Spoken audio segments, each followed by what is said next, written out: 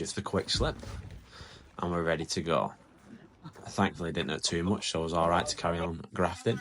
Now we take a chunk out of the sill so we can get the straight edge on after. I check the opening for it being straight and level. I would always advise doing the cutting first as well on the bricks before you start taking the old frames out to minimise the dust going in the house.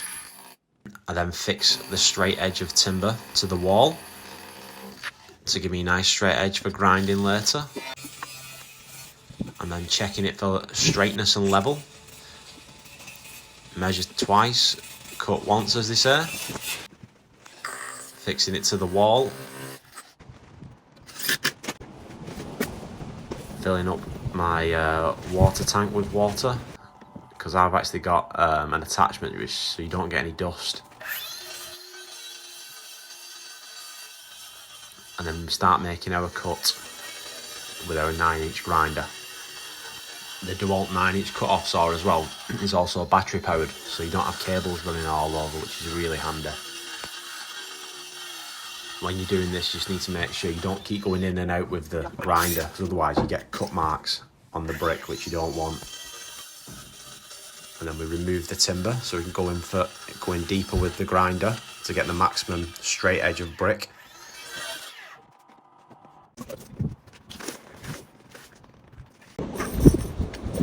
A nice straight edge cut, so important. Then we start by taking the old frames out. This one's externally beaded, so it comes out pretty easy. Not very secure, though.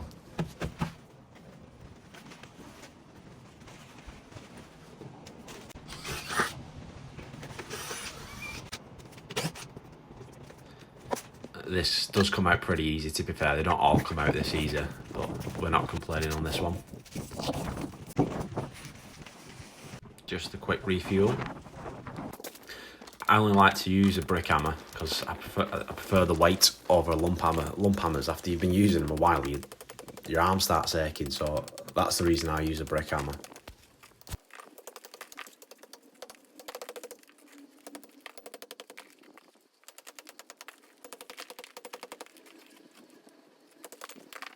Obviously, if the customer wanted to keep any bricks, it'd be wise to grind the mortar first before you start smashing into them, but this customer certainly didn't want any.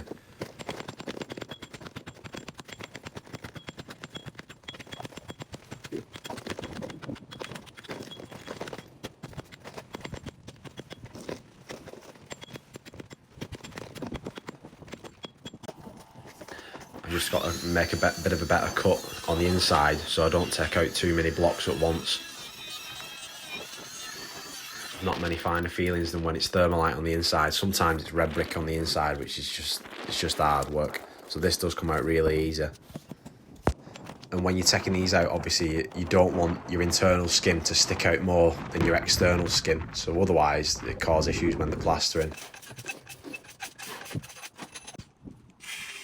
Nice clean opening, so we're cleaning the old mortar off with the wire brush on the drill there. Cutting the cavity closer.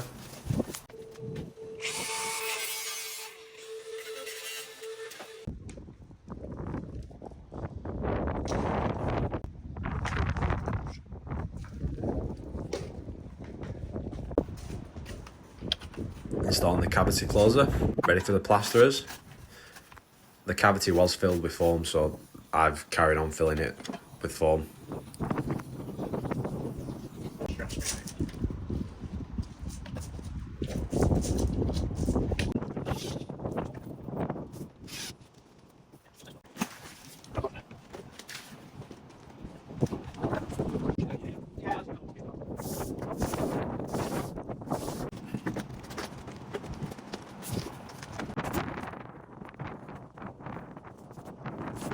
So we've put some new DPC down as well.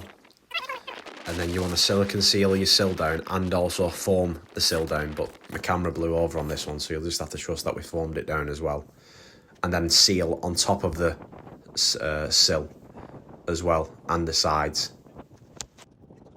The door's been measured perfect on this one, so it makes for an easier install.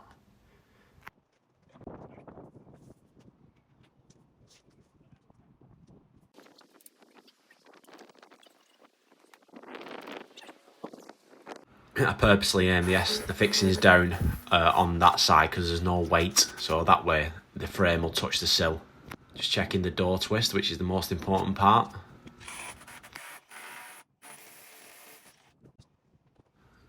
Making sure everything's straight as we're fixing it, no balls in the frame.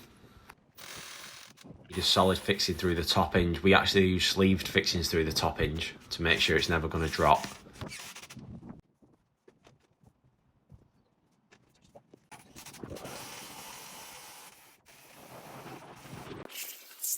Quick leaf blower, get rid of any excess dust. I like to use glass cleaner before using the expanding foam because it helps the expanding foam bond because there's no dust then. You're all up with glass cleaner.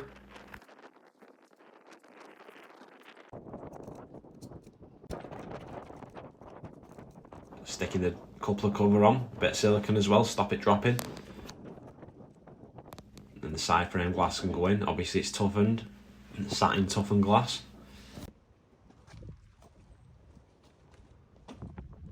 I like to use masking tape when I'm sealing up, just to give it a better, straighter edge than just doing it freehand.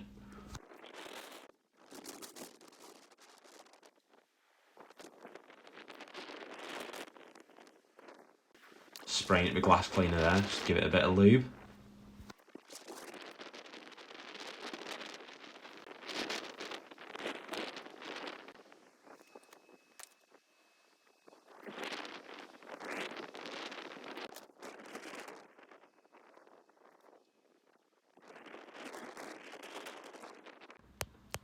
And that's the cut that we've made. We could put architrave over that, but I don't think it looks any better personally.